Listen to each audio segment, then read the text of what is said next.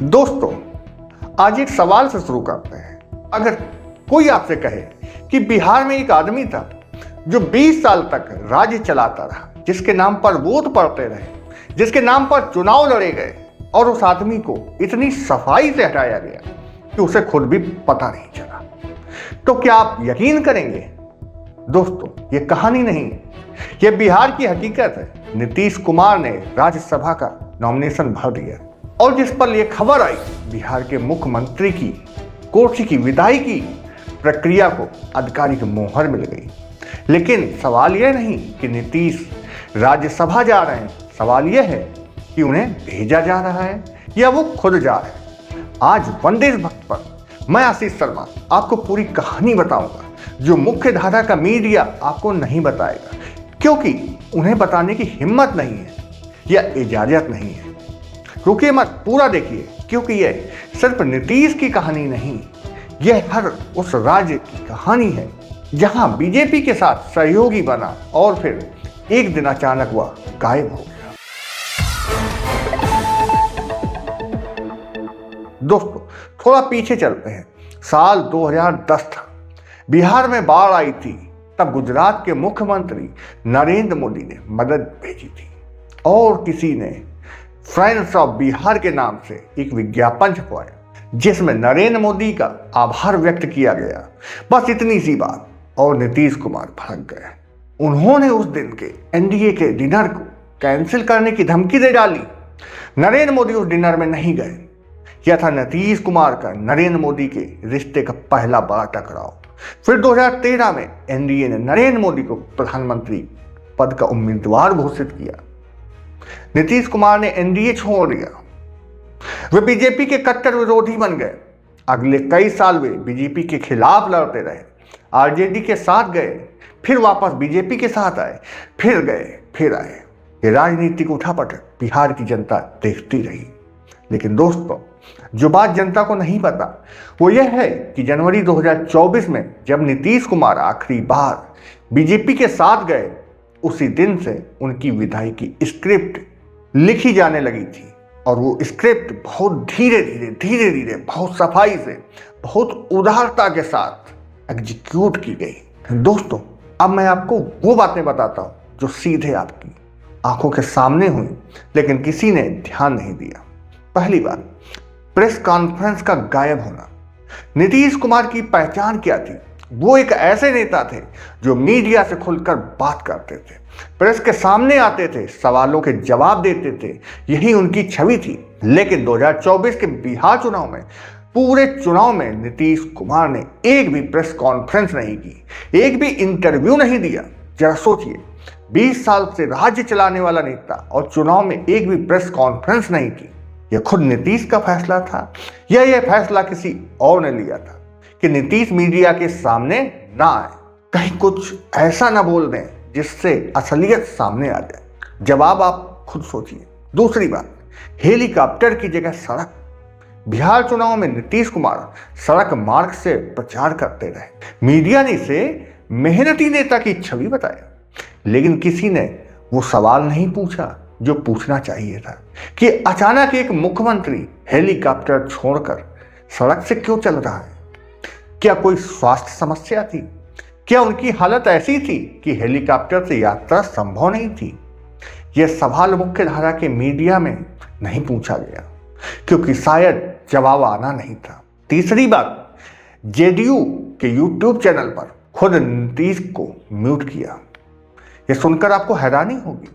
NDA के घोषणा पत्र कार्यक्रम में जब नीतीश मंच पर आए, जेडीयू के अपने यूट्यूब चैनल ने उन्हें म्यूट कर दिया, उनकी आवाज नहीं आने दी। अपनी ही पार्टी के अपने नेता को म्यूट कर दिया। यह कोई तकनीकी गलती नहीं थी दोस्तों, यह एक संदेश था।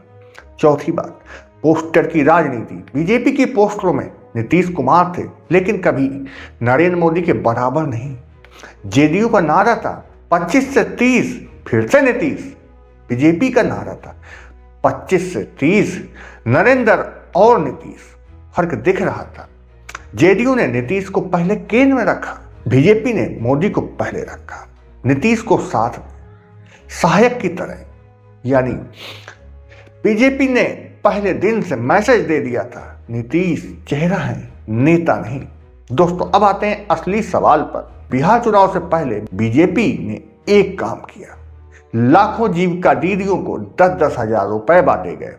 SIR यानी स्पेशल इंटेंसिव रिवीजन के नाम पर मतदाता सूची में हेरफेर के आरोप लगे और चुनाव जीत लिया। अब सवाल यह है, क्या यह जीत नीतीश कुमार की लोकप्रियता की जीत थी या अमित शाह की रणनीति की जीत थी? नीतीश कुमार की सेहत जगजाहिर थी।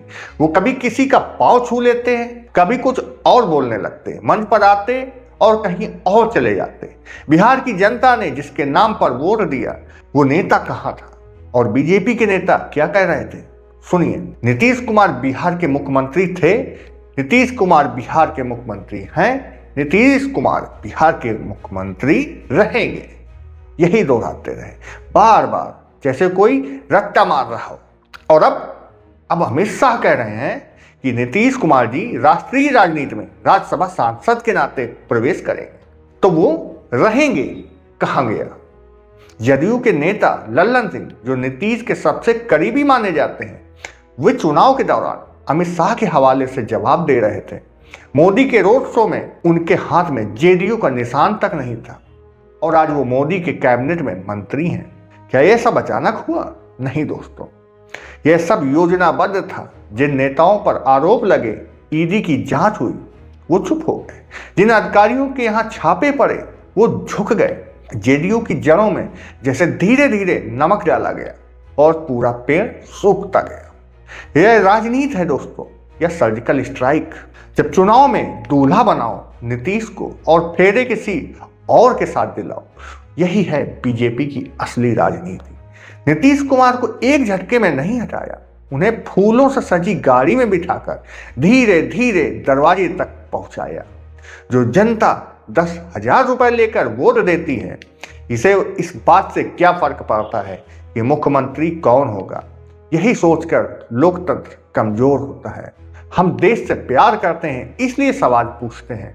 जो सवाल नहीं पूछता वो देशभक्त नहीं, चुप्पी का शिकार है। दोस्तों बात को यहीं समेटता हूं।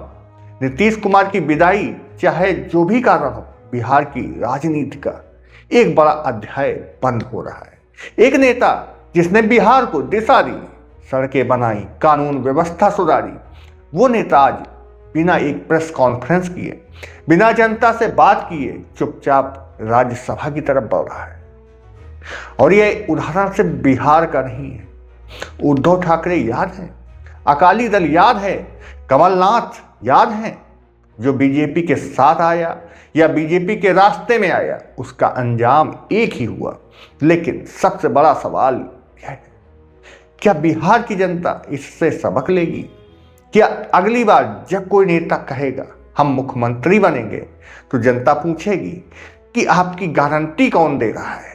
क्या उसका रिमोट कंट्रोल आपके हाथ में है या दिल्ली में किसी और के हाथ में है? लोकतंत्र में जनता सबसे बड़ी ताकत है, लेकिन तभी जब जनता जागरूक हो। मैं हूं आशीष शर्मा, आपसे वादा करता हूं जब तक सच है मैं बोलता रहूंगा। वंदेश भक्त पर आपके लिए हम हार नहीं मानेंगे, क्योंकि यह देश हमारा है, यह बिहार हमारा है और इस देश की जनता की आवाज बनना हमारी जिम्मेदारी है। दोस्तों अगर यह सच आपको जरूरी लगा तो एक काम कीजिए, इस वीडियो को 5 उन लोगों को शेयर कीजिए जो बिहार की राजनीति को समझना चाहते हैं, जो अभी भी सोचते हैं कि जो टीवी पर दिखता है वही सच है। उन्हें बताइए कि एक जगह है जहां सच बिना डर के बोला जाता है। वंदेश भक्त वो चैनल है जो आपकी आवाज है। लाइक करिए, सब्सक्राइब करिए, बेल आइकन दबाइए, क्योंकि अगली बार भी ऐसी खबर आएगी और आपको सबसे पहले पता चलनी चाहिए। सच फैलाना भी एक देशभक्ति है। जय हिंद।